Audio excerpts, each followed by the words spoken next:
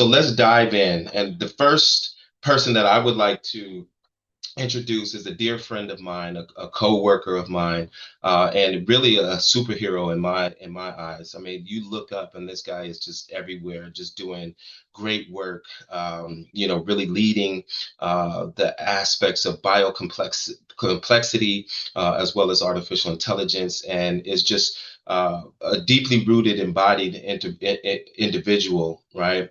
And so he's also embodied the integration of rights, culture, as well as technology. So WarīNkwī Flores is a first generation Kara and Kichwa Nation scholar, an ancestral land trustee of the Chichupampa clan, Kutakachi Pueblo, and the founder of Kinray Hub. Their work is rooted in indigenous biocomplexity systems, designing rights-based frameworks that really reimagine sovereignty, resilience, and the infrastructures of knowing, deciding, as well as thriving. Warī's research and practice explore how indigenous governance can inform not only communities, but also the emerging architectures of artificial intelligence and global digital infrastructures. Together, we recently co-authored the paper Indigenous-Led BioKulture Engineering, Planetary Stewardship in the Age of Complexity for Wiley Complexity Journal, where we really focused and advanced the scholarship at the intersection of indigenous governance, complexity science, and technological futures.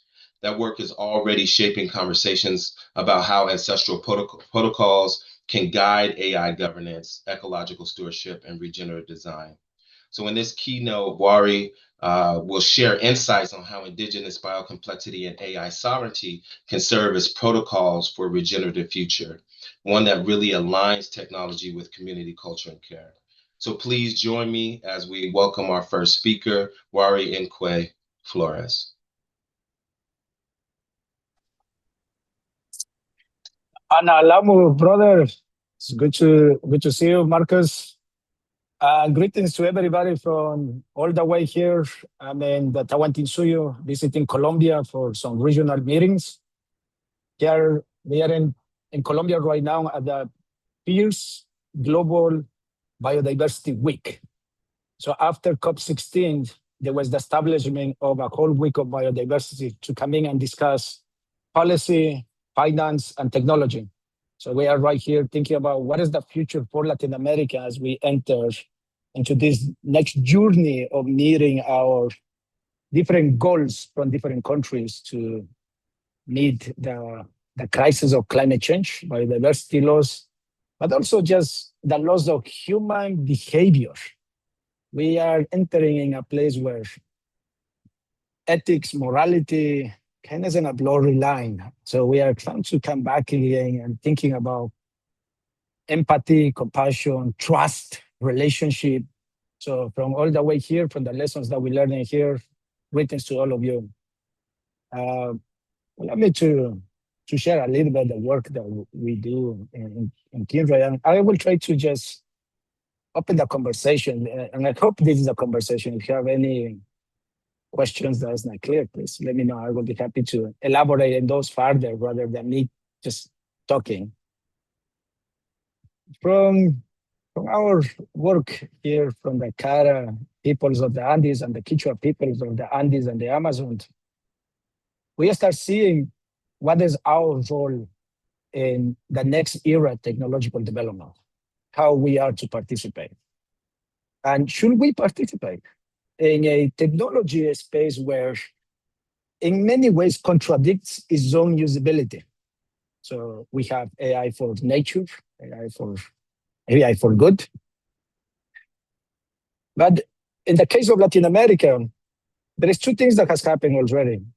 So the very fast boom of technology like AI and the requirements of natural resources like precious minerals and also water for cooling and energy does exacerbate the natural resources exploitation of our territories in Latin America and the Caribbean. Explorations for precious metals is moving very fast in all our Amazonian and Andean countries. So how can a technology that's good for all or good for the earth can balance? this need.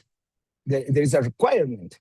The bigger this technology becomes, the more we need these resources to run it. So that right there is a dilemma of compassion, ethics, and morality, or moral ecology, as we call it here in our territories. Then there is the second part. The second part that we are quickly seeing, and right now this is in our lives, is affecting us directly, is AI in communication, or AI for good, for social good. So right now, Ecuador is undergoing national strike. So there is a lot of AI generated misinformation and disinformation of what is actually happening in the national strike. Converting indigenous resistance, as Marcos has said, there has been a tremendous resistance in Latin America, and there we continue to resist. As indigenous peoples resist to protect these natural resources that we need to run this AI machinery, these technologies that we're developing, they have been now using AI being tagged as terrorists, as extremists. So you see, when I mean AI has a particular way of twisting one's reality.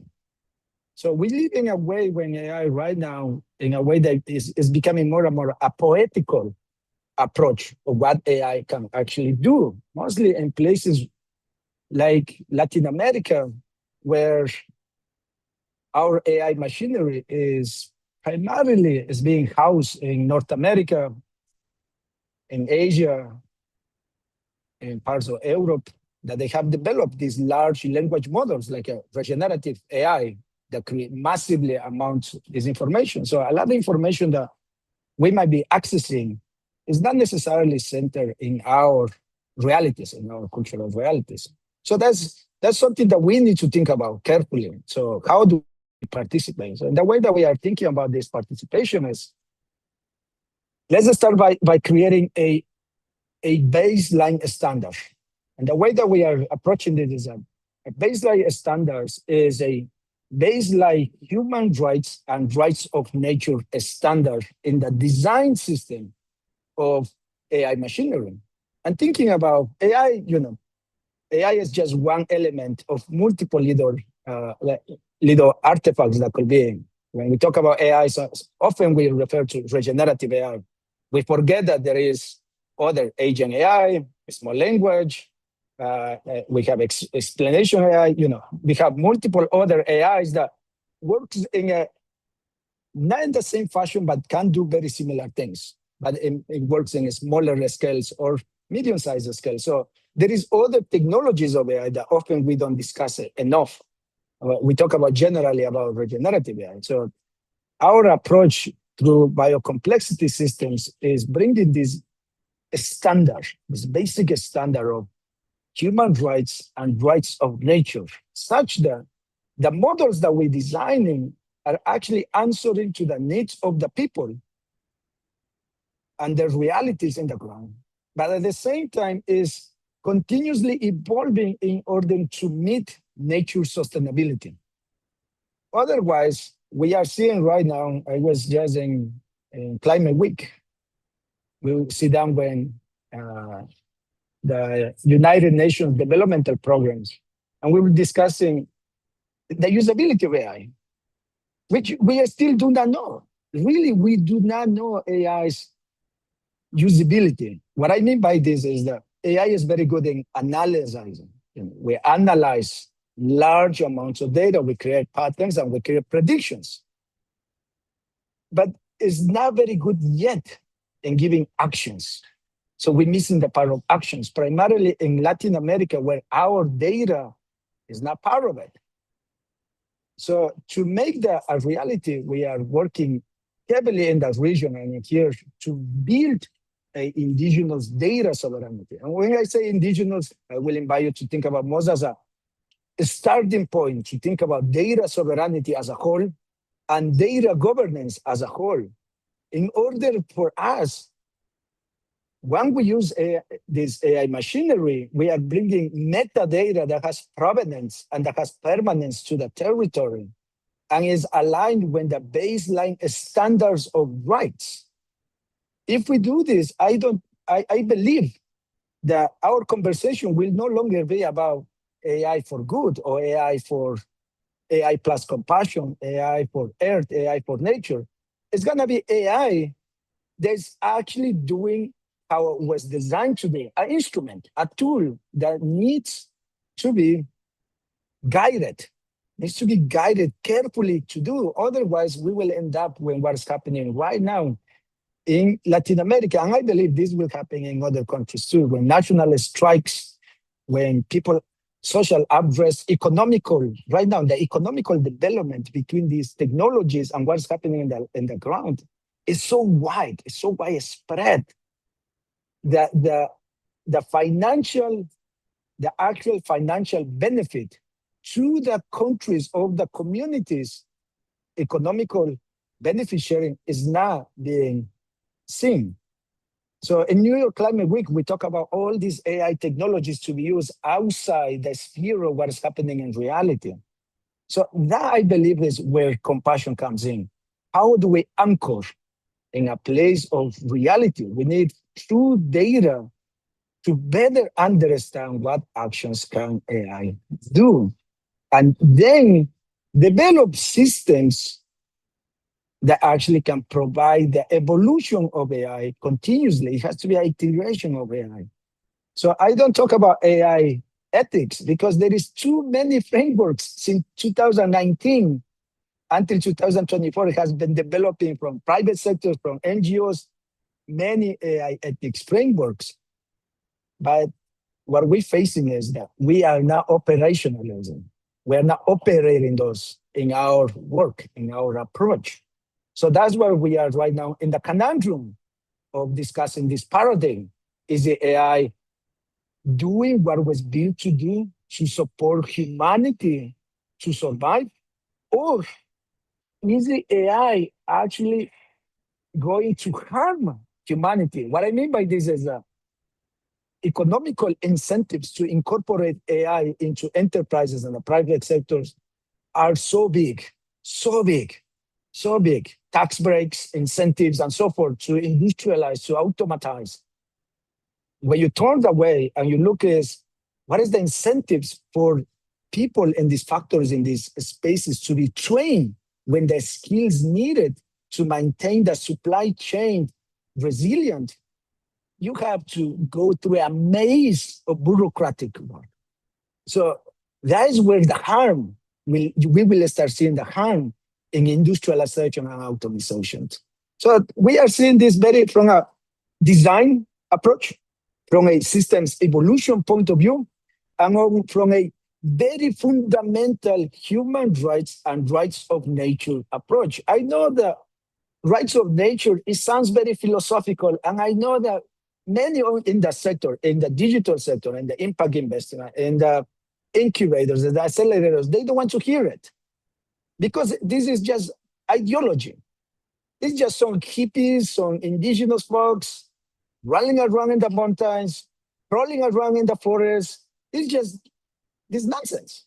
It's a nonsense to think about rights of nature. That's how they think. That's how they say to us. It's just an ideology. This is never going to be practical. But then I look and I say, like, what will be the value? How much are you willing to pay for increasing your number of days out there, outside your office? Every time you take these big vacations to go and spend all the money that you make, how many of those days do you want to enjoy outside? Outside in the beach, outside climbing a mountain, outside having a party? Because that's what the reality we're looking at. Number of outdoor days that we can enjoy. It's not about philosophical. It's not about ideology. It's about a true reality. Climate models right now, to me, at the best, are predicting 75% accuracy at best. The reason is because the climate models that we have, it comes from one part of the planet, not from all. We're using climate models that come primarily from industrialized countries that are utilizing their towers. In the global south, Latin America don't have their water towers. So our data is at best a proxy. So to me, is more so in this compassion is, are we willing to risk the number of outdoor days that we enjoy? What I mean by this is food security, is water security, is air security, energy security, because there's going to be a moment where we fight between running AI and having air conditioner, because some of our regions is going to be very, very hot. Some of our regions is going to be very, very cold. Some of our regions is going to be very, very dry. Some of our regions is going to be very, very wet. And we will start fighting for energy. That is how we're looking at this in order to make something that is not about argumentative about which model is better, but rather a model that is continuously in evolution with a very fundamental design approach that it can bring everything that we discuss in the notion of AI for good, AI for society, and AI for the good of the planet. Thank you, Marcus. It's great to be here with all of you. I love that. I love that. Thank you, Wari. Really, really, really appreciate it. Before we let you go, I'd love to see if there are any questions. If there are any questions, put them in the chat next to us, and let's definitely have a conversation. That was really wonderful. Thank you, Wari.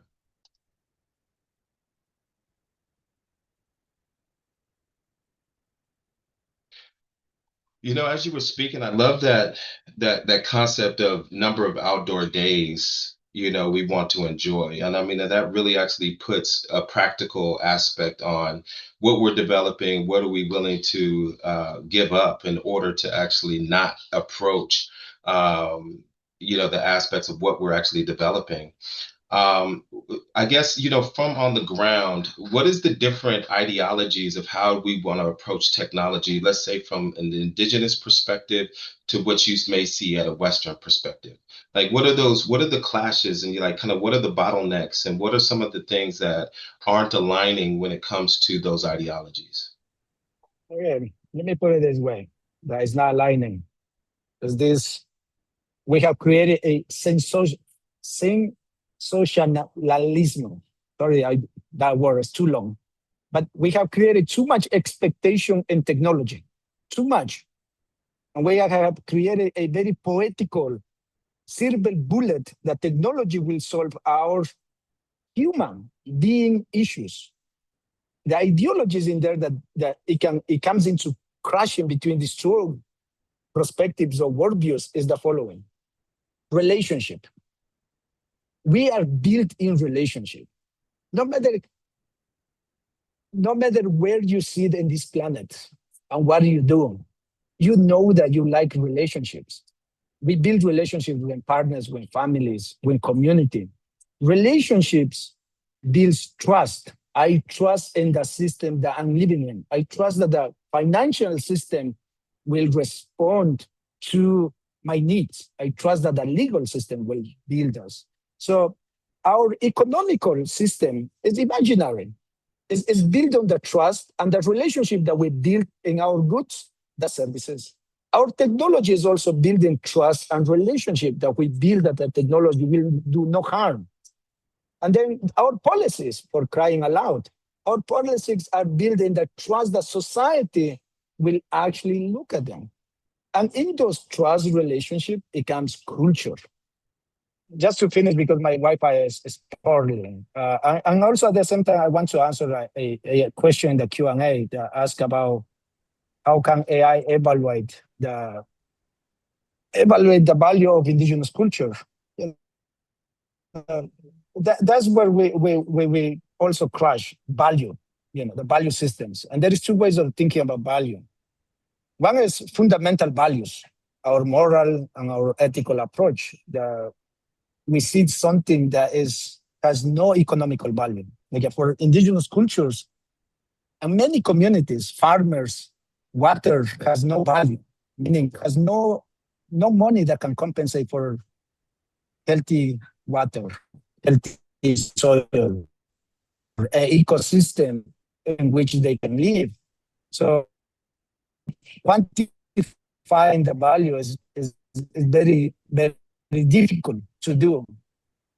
And for many cultures, it has a personhood. It has legal personhoods. So that creates a major problem in valuing something. However, we could have a question of value from how different cultures something differently. And in that sense, it's not about evaluating cultures, but it's more so about thinking about what are the elements that we can utilize from technology and the encounter. This is the encounter.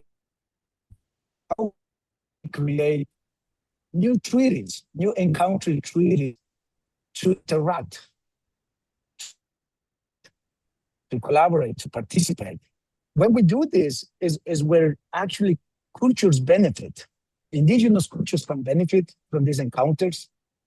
Outside cultures can benefit from these encounters. So in many ways, compassion in many forms, it doesn't bring happiness. Compassion often brings a set of intentions that are good, but it lacks intention and purpose. It lacks a bilateral learning and two ways understanding of how we see the place where we live. So instead of in the pursuit of happiness, we should be looking in the pursuit of sufficiency, contentment. Many communities has sufficiency and contentment, and that's how they see their own existence. So it's very hard to measure somebody's happiness, in my understanding at the very least. But we could see somebody's contentment because the conditions, the living conditions are improving. And we are creating the conditions for the improvement to be sustainable, to have resilience over time. So I will say more so thinking about when Marcos and my group, we talk about embassies. We need to create embassies to have an encounter era in order for us to have a clear dialogue of what is useful for a community and what will be useful for the technology development and the market that it serves. We are not having this embassy, this dialogue, this negotiation, this diplomacy. We are not having this diplomatical approach. We know we need to have that in order to really go beyond compassion, to go into a fundamental human rights and rights of nature, primarily when our worldviews see nature when personhood, somebody that has his own rights to exist. Those I match both of those questions with Marcus' questions. And I think, Patrick, you have your hand up before I left. So I just want to acknowledge that.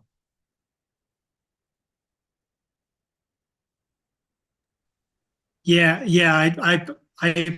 I put a quick question in the chat, but I'm happy to ask it. Marcus? Yep. Okay. Yeah, so I was just thinking, like, you know, so I've had some done some work within Latin America, and have faced similar thoughts of how to do this the correct way.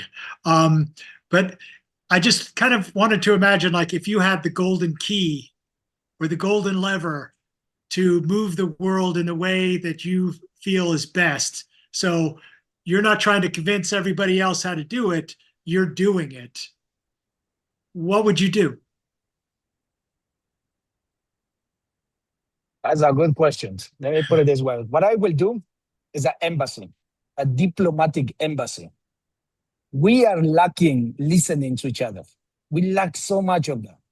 It's not that we are, I don't believe that this species of humans, this species of humans, part of nature, I don't think that we are inherently evil. I don't. And we don't think that. But we do think that we are not having a dialogue. We are not listening each other's worldviews. And therefore, when we come in, when one-sided approach, believing that this is the way that I want this to look like the planet, is one's understanding how the planet should look like. Instead of coming together in an embassy, in a diplomatical dialogue, they say like, okay, this is your worldview, that is my worldview. There is a complementary opposite design systems that we haven't get to it. What if we get to it? Let's come together and say like, I cannot stop you from developing technology. And you should not try to stop me to having a worldview that my nature has personhood. And I want to protect it because it's going to have a benefit to the larger beings of this species called humans. And as you are thinking about how can I develop a technology that is in the benefit for these large species called humans?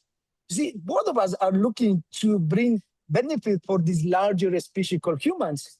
The difference is our worldviews, our relationship, and our trust to the elements that we believe to be real truth.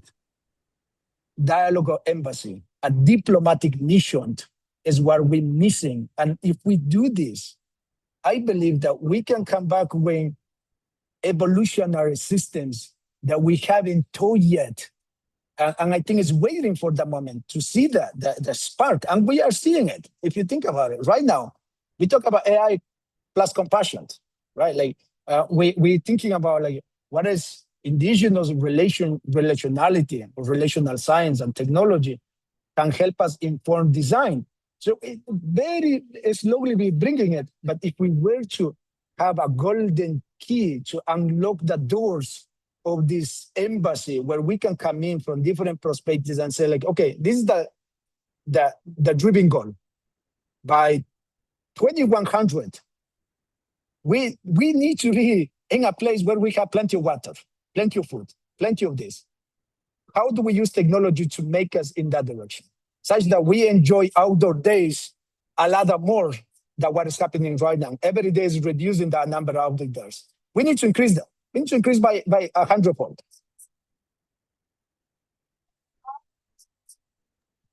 Thank you. Let's do it. Let's do it. I'm right here. For everybody, we are right here. We are ready to sit down in an embassy or diplomatic dialogue and design. Indeed. Warī, you have such a powerful voice and such important perspectives, and not only perspectives, but experience in this space. And I really urge everybody that's listening to this call or hears it at a later date to really reach out to Warī, because he is so grounded into this concept, and just his thought process and the way that he actually activates and operationalizes his work is very unique. And so please lean on him for actually making that change. You know, if we're talking about compassion, you know, really lean in and make it happen. The way that we look at what is possible and what we can do moving forward is something that he embodies. So Warī, I want to say thank you for joining us. And I definitely encourage your voice to continue to ring true around the world.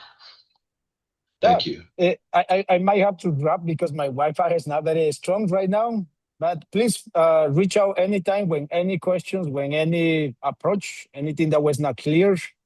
We are really always exploring ways that we can come together, create synergies and create these embassies and start developing evolutionary systems. Thank you. I enjoy this approach from the Latin America, and greetings from the Cara and the Quichua peoples of the Andes and the Amazon across Abya Yala. Thank you. Thank you, Warī.